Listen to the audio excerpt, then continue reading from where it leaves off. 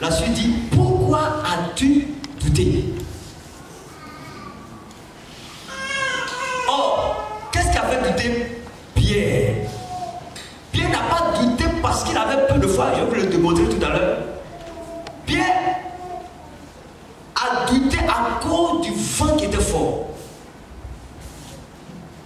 Donc vous allez voir qu'au lieu que Pierre s'approche de sa petite foi, écoutez, Jésus a toujours vu les disciples comme des gens de peu de foi. Souvenez-vous quand ils étaient dans la barque et que la pirogue tanguait, la pirogue a commencé à être envahie par l'eau, ils ont commencé à avoir peur. Jésus même a dit là-bas, pourquoi n'avez-vous pas eu de foi? Là-bas, c'était encore plus grave. Mais ici, il dit, tu as eu peu de foi. Mais vous êtes d'accord avec moi que c'était Pierre, le chef du groupe. Pierre est celui qui toujours prend les devants. Jésus a toujours remarqué, il a même dit que même en Israël, je n'ai jamais eu une grande foi. On va en parler demain. Ça veut dire quoi? Durant tout son parcours sur la terre, Jésus a rencontré des hommes de peu de foi. Quelqu'un est d'accord avec moi? Amen. Des hommes qui n'ont pas eu assez de foi. Peut-être que je vais vous choquer ce soir, mais vous serez chic. Tu seras choqué pour être chic. Amen. Peu de foi. Donc une foi apparemment qui n'est pas forte, qui n'est pas grande, qui n'est pas puissante. Mais Jésus va dire hors de peu de foi. Donc le doute est ce qui va handicaper la foi de Pierre. Le doute est ce qui va détruire la foi de Pierre. Donc il a eu peur et il a douté. Or, la peur, c'est notre forme de foi.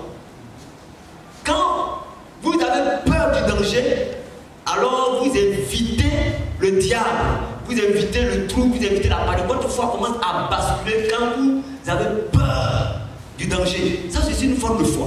Avoir confiance au danger, croire que le danger est plus grand que la situation que vous vivez, que votre foi vous donne une autre foi, mais une foi négative. Ce n'est pas une foi de Dieu. Et c'est ce qui détruit notre foi en fait. Sinon, le peu de foi peut accomplir de grandes choses. Quelqu'un est béni ce soir au nom de Jésus.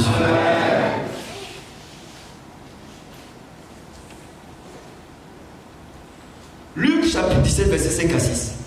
Quelque chose de choquant qui va vous surprendre. Luc 17, 5 à 6.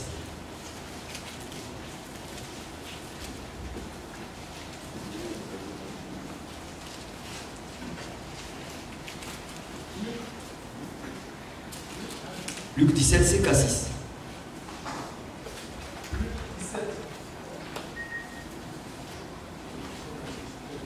Luc 17, verset 5 à 6. Et les apôtres disent au Seigneur, augmente-nous la foi. Et le Seigneur dit, si vous aviez de la foi, gros comme un grain de sélévé, vous direz à ce sycomore, déracine-toi et te plante dans la mer, et il vous obéira. Amen. Amen. Écoutez-moi très bien. Les apôtres disent à Jésus, augmente-nous la foi. Ça suppose que leur foi était petite. Est-ce qu'on est d'accord? Augmente-nous la foi. Ça suppose que c'était peu de foi qu'ils avaient. Et Jésus a commencé à dire, Père, donne-leur une grande foi. C'est ça qui est écrit dans vos Bibles. Père, donne-leur une foi grande comme une montagne. Non. Voyez, chaque mot dans la Bible vaut tout son pesant d'or. Et il dit augmente. Ça veut dire que pour eux, leur foi est trop petite pour opérer. Mais la foi ne se mesure pas en taille. Car Romains 12, 3 dit, par la grâce de Dieu, nous avons reçu une mesure de la foi. Nous allons lire ça tout à l'heure.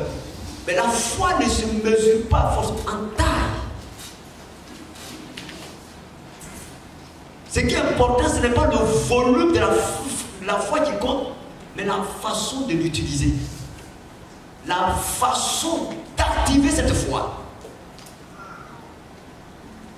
Augmente la foi et Jésus va dire si votre foi est petite. Donc le problème ce n'est pas que la foi est peu, ce n'est pas que la foi est petite, mais comment vous l'utilisez.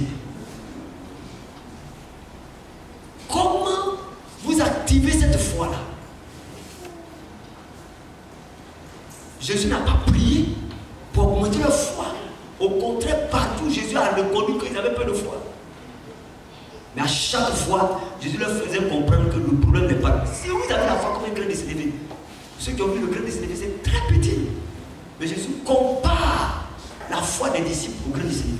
Si seulement elle peut être aussi petite qu'un grain de sénévé, cette foi va opérer des miracles. Cette foi va faire de grandes choses. Donc tout ce que vous devez comprendre, c'est que votre foi, vous les disciples, doit opérer quel que soit le niveau. Quelqu'un dit Amen au nom de Jésus. Amen. Romains 12, verset 3. Regardez ce qui est dit.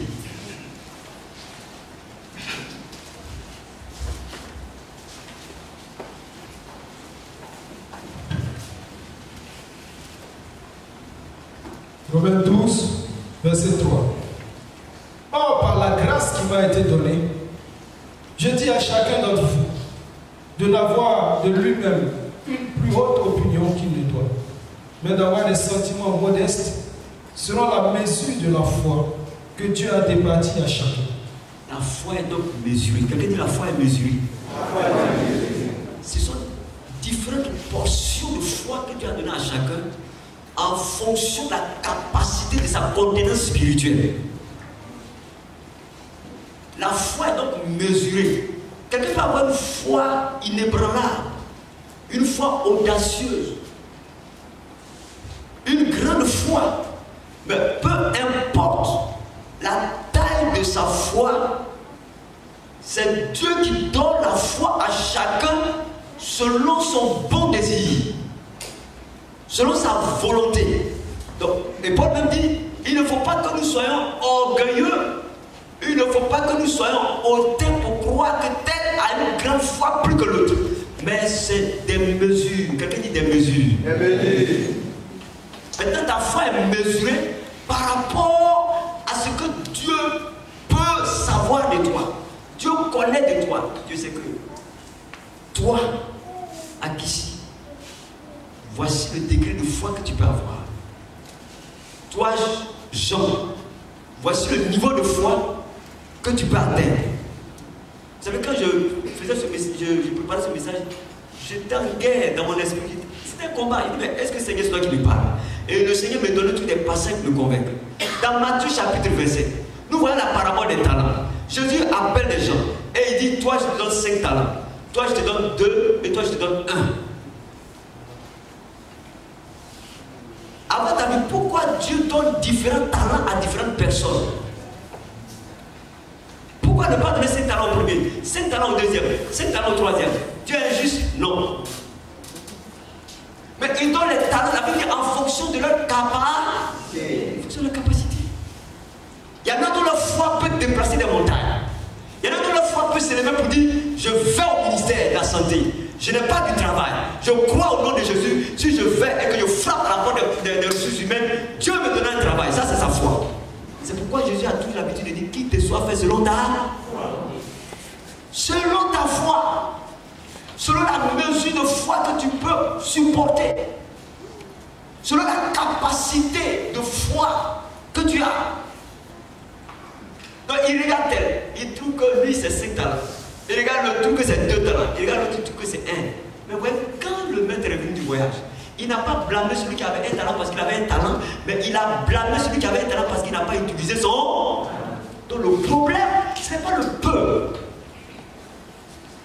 Ce n'est pas parce qu'il a une petite foi, mais c'est parce que c'est la petite foi qu'il peut, avec la petite foi qu'il peut opérer. C'est avec la petite foi qu'il peut opérer, mais cette petite foi-là peut tout faire des grandes choses. Écoutez, si je vais dire au responsable, j'ai un peu d'or à la maison chez moi. Et puis, un peu d'or, de l'or. Et puis, j'ai dit, responsable, suis-moi. Allons-y à la maison. Tiens, fais-moi. Suis-moi. Acclame le Seigneur. Pourquoi il ne dit pas que c'est un peu d'or seulement? Toi, tu peut-être n'as jamais vu l'or. Et puis quelqu'un dit, viens, il y a de l'or là-bas. Tu vas dire que c'est un peu? Mais un peu, c'est pas rien. Un peu, c'est quelque chose. Donc quand Jésus dit un peu de foi, ça veut dire qu'il n'a pas. C'est pas parce qu'il n'a pas la foi du tout. Mais c'est parce qu'il n'a pas su gérer le un peu. Ce soir, tu vas savoir gérer le un peu au nom de Jésus. C'est parce qu'il avait le peu, mais il ne savait pas gérer. L'homme qui avait le un talent, il ne savait pas comment fructifier. Jésus sait que c'est ce qu'il peut, il peut supporter. Écoute, on ne peut pas charger sur la tête d'un enfant un sac de 100 kilos, un enfant qui a 8 ans. Mais tu vas l'écraser, tu vas le tuer. Romains 15 va dire, vous qui êtes forts, soutenez ceux qui sont faibles. Donc il y aura tous des faibles dans la foi. Il y aura tous des gens qui ont peu de foi. On va arriver là. Mais, il dit, le verset que nous venons de lire, le verset dont je viens de rappeler, il dit, paresseux méchant, pourquoi tu n'as pas mis mon argent en banque pour que ça puisse te rapporter? Ça veut dire que le peu de foi, tu peux faire quelque chose avec. Quelqu'un est d'accord avec moi? Tu peux travailler avec le peu de foi. Vous n'avez pas appris qu'il y a des gens qui ont eu un peu seulement d'argent et qui ont construit des maisons. Avec le peu que j'ai eu, j'ai acheté une voiture. Avec le peu que j'ai eu, j'ai bâti une villa. Avec le peu que j'ai eu. Écoute, le peu que tu as là, c'est par rapport à celui des autres. Dieu compare le peu parce que l'autre qui est là, il a grand. C'est pas parce que le peu n'est rien, mais ce que toi tu as là, c'est rien par rapport à d'autres. Peut-être ta foi là, voici ce que ça peut se lever. Moi, ma foi peut se lever la villa. Mais si Dieu t'a donné la force pour se lever ça, il va te bénir avec ça. Il va t'élever avec ça. Il va faire de toi un instrument avec ça. Il va te faire prier avec ça. Il ne faut pas envier la foi de l'autre, mais contente-toi de la foi que Dieu t'a donnée. Travaille avec la foi que Dieu t'a donnée. Opère avec la foi que Dieu t'a donnée. Tu sais, nous marchons dans le surnaturel, nous vivons dans le surnaturel. Ça veut dire quoi? Nous opérons dans la grâce de Dieu. À partir du moment où Dieu en nous déjà, notre foi là, même si c'est petit, c'est extraordinaire.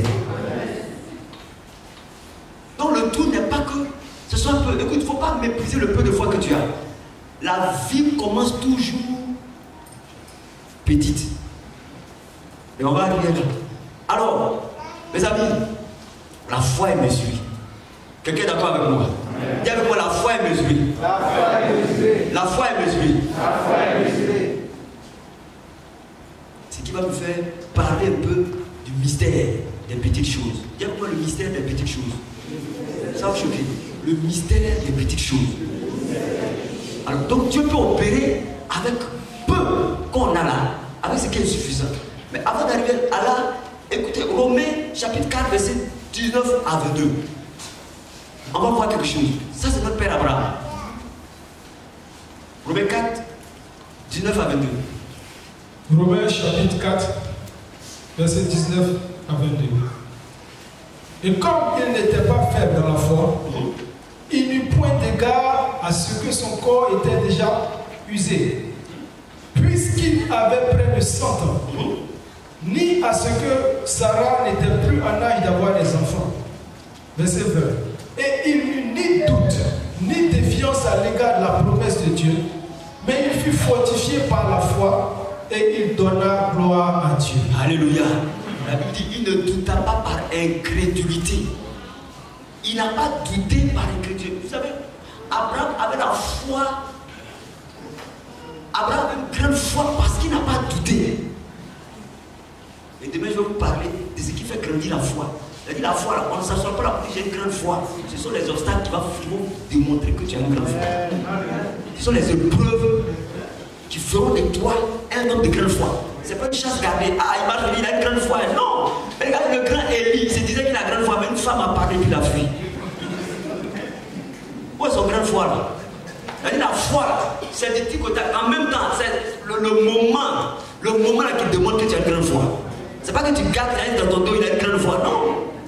La grande foi là, quand le chat aboie, oh, est-ce que tu peux t'arrêter là?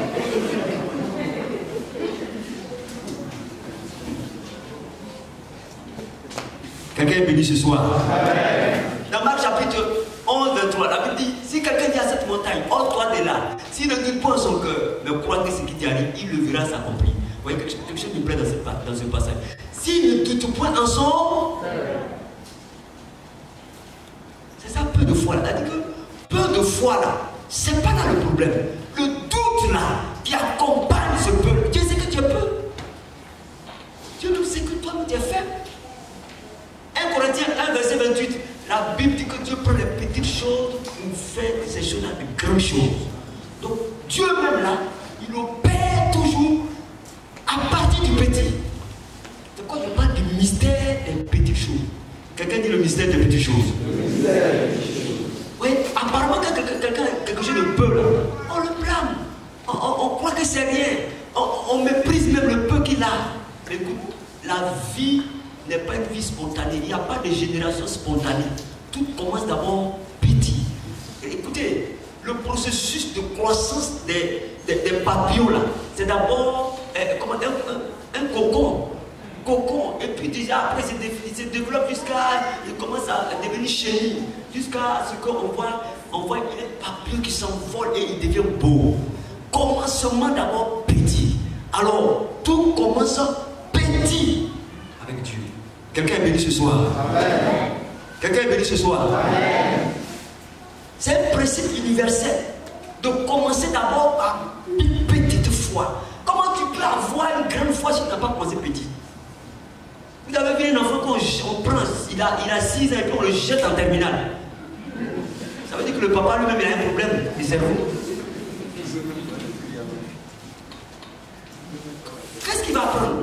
Même nous-mêmes qui sommes devenus aussi des hommes ou des femmes aujourd'hui, c'est un spermatozoïde. On a cru jusqu'à ce qu'on se développe. C'est comme ça la foi. Donc Dieu respecte la foi que tu as, peu importe ce qu'elle est d'abord. Quelqu'un dit Amen au nom de Jésus. Le peu de foi, il veut voir ça d'abord. C'est pourquoi je vous ai dit, quand Jésus a vu Pierre a commencé à venir sur l'eau là, il savait que Pierre est un peureux de nature. Il a toujours connu le Pierre là. C'est lui-même qui a dit tu es Simon, tu es faible, tu es au roseau. Mais je vais te faire devenir Pierre. Il connaît Pierre. Et Jésus, il est omniscient. Il savait que Pierre allait d'où? Il sait. Il savait ça. Il savait que Pierre n'a pas de foi. Il a fui. Il a renié 3 fois tout ça. Il savait. Mais il dit, pourquoi as-tu douté? Ton problème là, c'est le doute là. Et le doute là, je vous ai dit, c'est venu à partir du vent violent. Pas de sa foi. Voyez-vous, quand vous laissez l'extérieur, écoutez bien, ça c'est des révélations.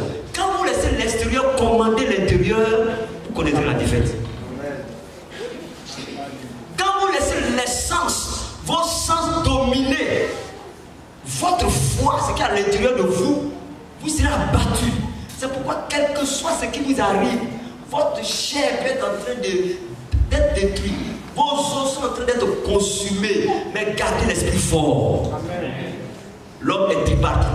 Esprit, âme et corps. Tout peut se détériorer en vous. Vous êtes même en train de perdre le souffle dans votre corps, ça ne va pas. Mais croyez dans votre tête que vous allez vivre, que vous ne mourrez point, que vous raconterez les merveilles de Dieu, que vous serez guéris, que vous serez délivrés, que vous serez restaurés.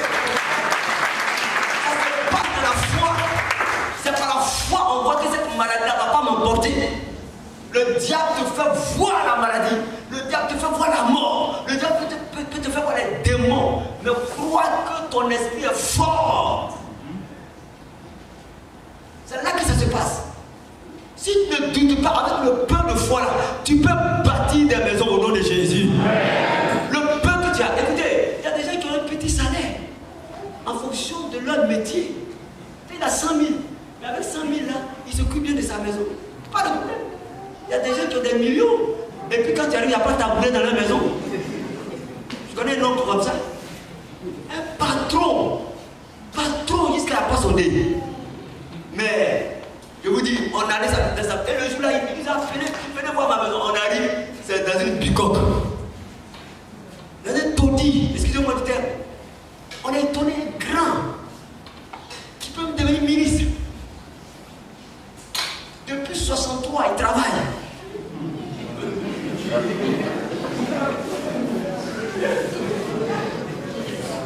monsieur n'a pas pu construire une maison au village. Ici, là, c'est dans un studio, il était. À la retraite, il a fui d'aller à Mzoukou. Elle s'était construit là-bas. Vous voyez? Tout le tout là, ce n'est pas ce qu'on gagne, ce n'est pas ce qu'on a. Il y en a tout. Il y en a à partir de rien. Ils ont réussi à faire des exploits. Dieu peut travailler avec le peu que tu as au nom de Jésus. Dieu peut opérer avec le peu que tu as au nom de Jésus. Quelqu'un acclame le Seigneur au nom de Jésus.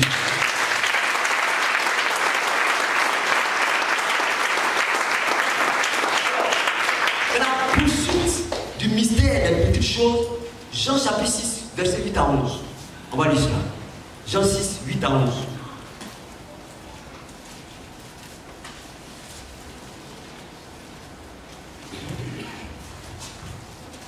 Jean 6, verset 8 à 11.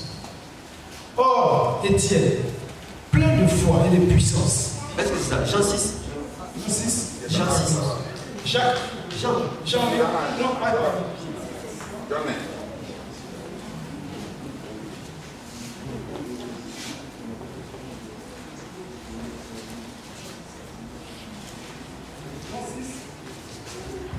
Jean 6, verset 8 à 11. L'un de ses disciples, André, frère de Simon-Pierre, lui dit: il y a ici un jeune garçon qui a 5 pains d'orge et 2 poissons. Mais qu'est-ce cela pour tant de gens? Verset 10. Cependant, Jésus dit: faites asseoir ces gens. Or, il y avait beaucoup d'herbes dans ce lieu. Les hommes donc s'assirent au nombre d'environ 5000. Verset 11. Et Jésus prit les pains et ayant rendu grâce, il les distribua aux disciples et les disciples à ceux qui étaient assis. Et de même pour les poissons, autant qu'ils en voulurent. Amen. Amen. Vous voyez le verset 5 dit: ayant levé les yeux et voyant qu'une grande foule venait à lui, Jésus dit à Philippe: où achèterons-nous des pains pour que ces gens aient à manger? Verset 6 dit: il disait cela pour le prouver, car il savait ce qu'il allait. Il savait la foi des gens. Il sait qu'ils n'ont pas de foi. Il sait que leur foi est morte. Mais il disait cela, mais il dit: mais où on va trouver à manger pour ce monde-là? 5000 personnes. Hein? Dans les richesses, on dit sans compter les hommes et les femmes. Pardon, les femmes et les enfants. Donc on peut avoisiner au nombre de 15 000 personnes. Et voici que c'est 2 pains seulement. Hein? Et 5, c'est ça? 5 pains et 2 poissons. Maintenant voici ce que l'autre l'a dit. Il y a ici un jeune garçon qui a 5 pains d'orge et 2 poissons. Mais, qu'est-ce que cela pour tant de gens? Répétons-le. Mais. Qu'est-ce que cela pour tant de gens? Ça veut dire que les 5 pains et les 2 poissons là sont peu. Bravo. Ils sont peu. Mais Jésus va leur dire: quel est votre problème? Même si c'est peu là, quel est votre problème? Il ne peut pas s'imaginer qu'avec 5 pains et 2 poissons, plus de 5000 personnes peuvent manger à leur faim. Il dit, voici ce que les disciples disent. Mais qu'est-ce que cela peut faire pour tant de gens? Ça veut dire qu'ils ont une foi languissante, une foi faible, peu de foi. Donc ils ne croient pas qu'avec ce peu-là, et pourtant c'est ce peu-là que Jésus va utiliser. Et pourtant c'est ce peu de poisson et de pain, un peu de foi. D'abord Samson. Imaginez, quelqu'un qui prend une mâchoire d'âne et puis qui trouve 1000 Philistins et il est tue, il est dépouillé. Et il prend tout leur bien et il va distribuer avec une mâchoire d'âne. Ça c'est le mystère du peu de choses. En fait, Samson ne croyait pas en sa mâchoire, mais croyait au Dieu qui contrôle la mâchoire. Il croyait au Dieu qui est derrière cette mâchoire. Écoute, Dieu ne regarde pas ton gabarit, ta taille, ta forme, tes finances, tout est bien, mais il voit la foi qui est en toi là, en lui. La foi que tu as placée en lui là. Donc, tu dois voir Dieu et non pas tes problèmes. Si tu veux être guéri, si tu as un problème, et que tu considères ce problème-là plus grand que Dieu, c'est la défaite. Mais aussi longtemps que tu verras le Dieu grand devant ce petit problème. Le Dieu grand devant quoi? Vois le Dieu grand devant ce petit problème. C'est pourquoi, lorsque Jésus et Caleb sont allés, ils sont revenus avec un rapport différent des autres, des 10. Ils voyaient les gens comme des souterrains. Voici là où ils ont eu la victoire. Effectivement, les gens étaient des géants. Hein. C'était des vrais géants. Mais leur façon de voir était différente de celui des autres, de celle des autres. La façon de voir, donc tes sens là, sont ce qui détermine la qualité de ta foi. Quand tu vois le problème, comment tu réagis?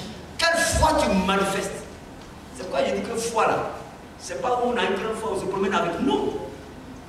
Le moment T là, quelle foi tu présentes? Il y a un homme de Dieu qui a testé son peuple. Un bon matin, il s'est entendu avec un boucher. Il a tué son animal, il a mis du sang sur le couteau.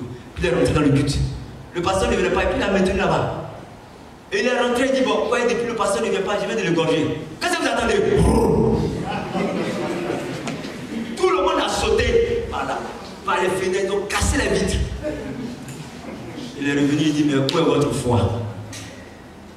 Le pasteur est là. Je voulais voir si vous avez là.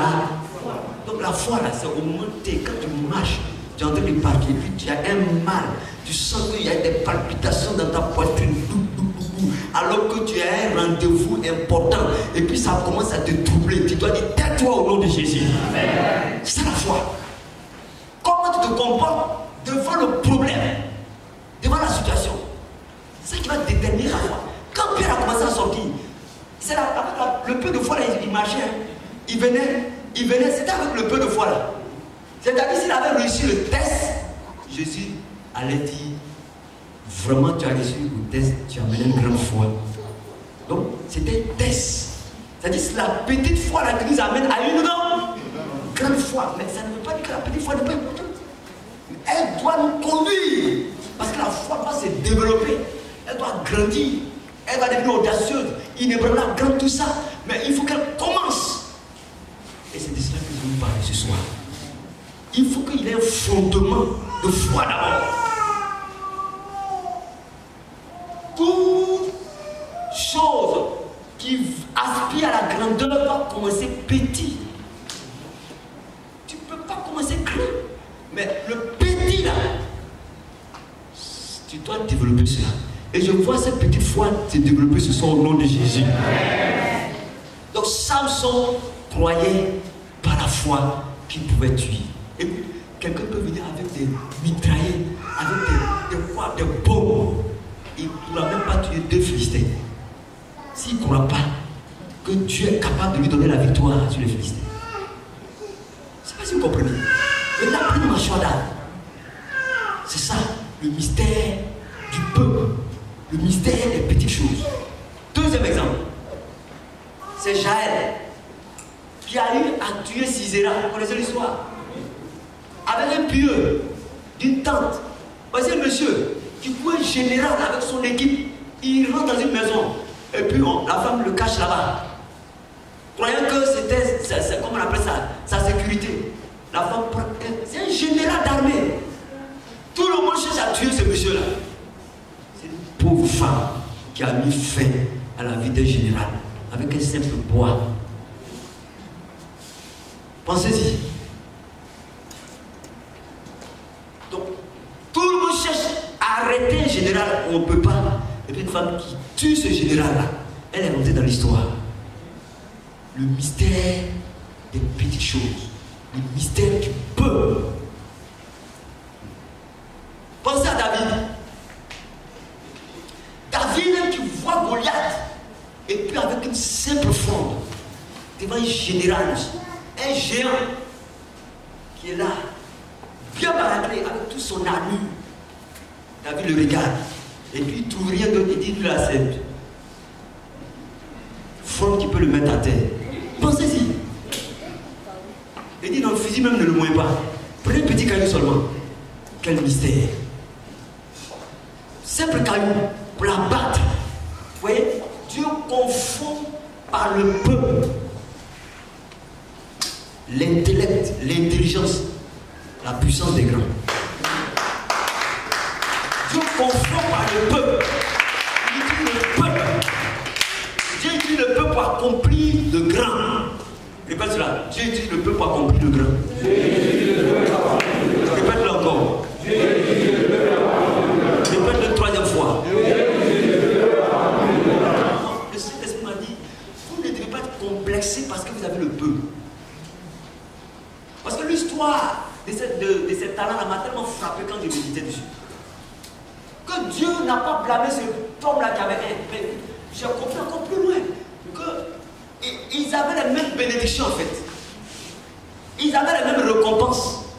Écoute, la joie qu'avait cet homme qui avait les 5 talents, c'est la même joie qu'avait celui qui avait les 2 talents. Vrai ou faux? Si toi tu passes au ciel, on te donne tableau d'honneur. L'autre passe au ciel 2, on lui donne tableau d'honneur. C'est même joie ou c'est pas la même joie? Toi tu es au CP, tu passes au CP2, on te donne tableau d'honneur. C'est même joie ou c'est pas la même joie? L'autre à l'université, il passe encore, il a, comment on appelle, je sais pas quoi, allez-y, tout devant là-bas. On lui donne tableau d'honneur. C'est même joie ou c'est pas la même joie? Je dis, tu auras la même joie que les autres au nom de Jésus. Avec ton peu là, tu peux faire des exploits. Il ne faut pas te complexer d'abord. À ce stade-là. Quelqu'un est béni au nom de Jésus. Amen. Dis, je suis béni au nom de Jésus. Moïse s'est trouvé devant la mer. Et puis voici, la mer qui était là, les Égyptiens venaient en force. Il était pris entre deux situations difficiles. Et voici qu'il n'avait rien. Les enfants d'Israël disent, mais on va où Dieu dit rester là. Vous allez voir ce que je vais faire. Avec un bâton, la mer va se frayer. Je vois toute situation devant toi comme obstacle se frayer au nom de Jésus. Avec le peu de foi là. Mais là, ils doutaient, ils se plaignaient. Les enfants d'Israël se plaignaient, ils doutaient, mais ils ne savaient pas que le miracle était dans leurs mains. Et si on leur disait en ce moment-là, où ils se plaignaient, c'est le bâton de Moïse qui allait vous sauver. Ils allaient dire, oh, quittez là-bas. Quel bâton de Moïse ça? On est en train de mourir, on te dit bâton de Moïse. Souvent, vous méprisez le peu que vous avez. Alors que je vois ce peu-là comme la gloire de Dieu, comme la puissance de Dieu, comme l'onction de Dieu, comme la grâce de Dieu, comme la faveur de Dieu. Le peu que tu as là, Dieu peut t'élever avec ça. Tu peux rentrer dans l'histoire avec le peu.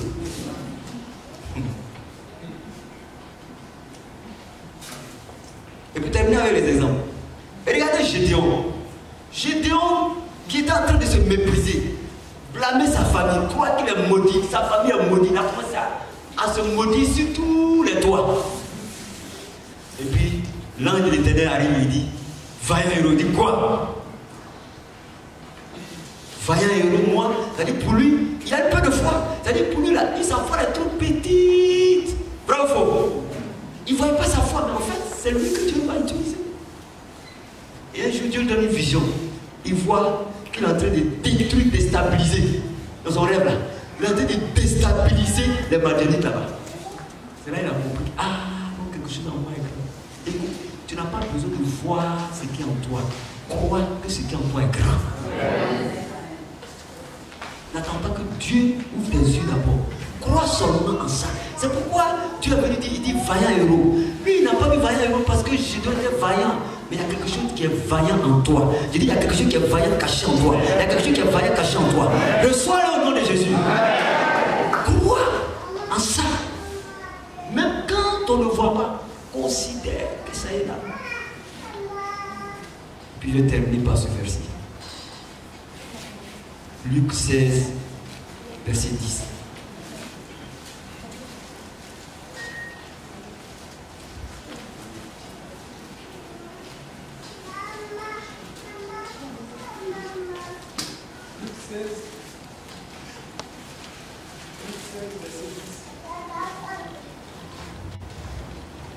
Luc 16, verset 10. Celui qui est fidèle dans les petites choses sera aussi fidèle dans les grandes.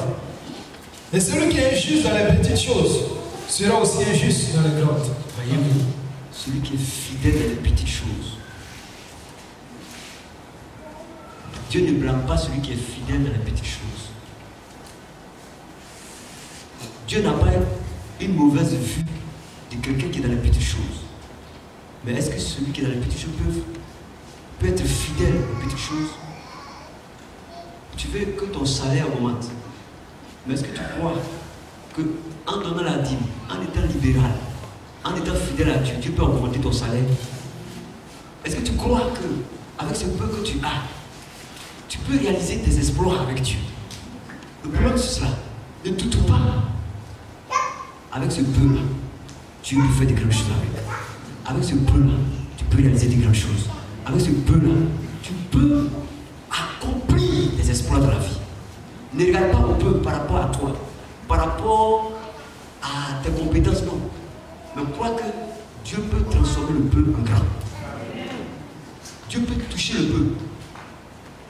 Dieu peut impacter le peu. Tu as seulement besoin de croire. Mais il ne faut jamais douter. Il ne faut jamais être incrédule. Il faut croire que le peu de foi va grandir et va réaliser ce que tu veux. Quelqu'un est béni ce soir au nom de Jésus. Amen. Crois aussi que la mesure que tu as là, Dieu peut développer ça si tu le veux. La foi, on développe cela. Ça tout dépend de toi. Si tu veux que la foi grandisse, elle va grandir. Tout va dépendre. Demain, on va en parler. Mais ce soir, je veux que tu retiennes que Dieu peut travailler avec ton peuple. Que Dieu te bénisse.